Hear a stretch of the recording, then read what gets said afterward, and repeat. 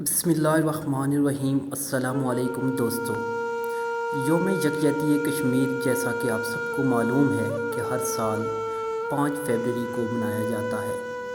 یہ دن بنانے کا مقصد صرف اور صرف یہی ہے کہ کشمیری عوام کو ان کی اپنی امنگوں کے مطابق آزادی ملنی چاہیے۔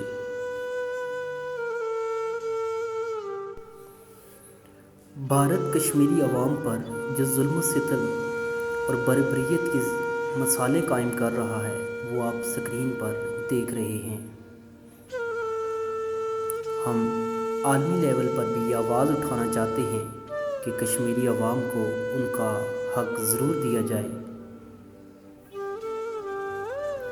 اقوام متحدہ اور مختلف لیولز پر آوازیں ہمیشہ ہی اٹھائی گئی ہیں کہ کشمیر کو آزاد کیا جائے، مگر اس سلسلے میں افسوس کی بات یہ ہے کہ کوئی خاص پیش رفت نہیں ہوئی۔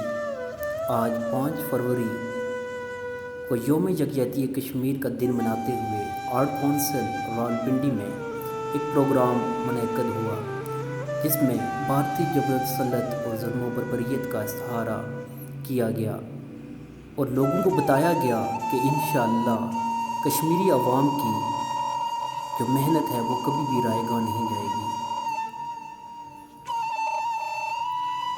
ہم اللہ تعالیٰ سے دعا کرتے ہیں کہ اللہ تعالیٰ کشمیری عوام کی ان کوششوں کو اپنی بارگاہ میں قبول فرمائے اور انشاءاللہ کشمیر ایک دن ضرور آزاد ہوگا۔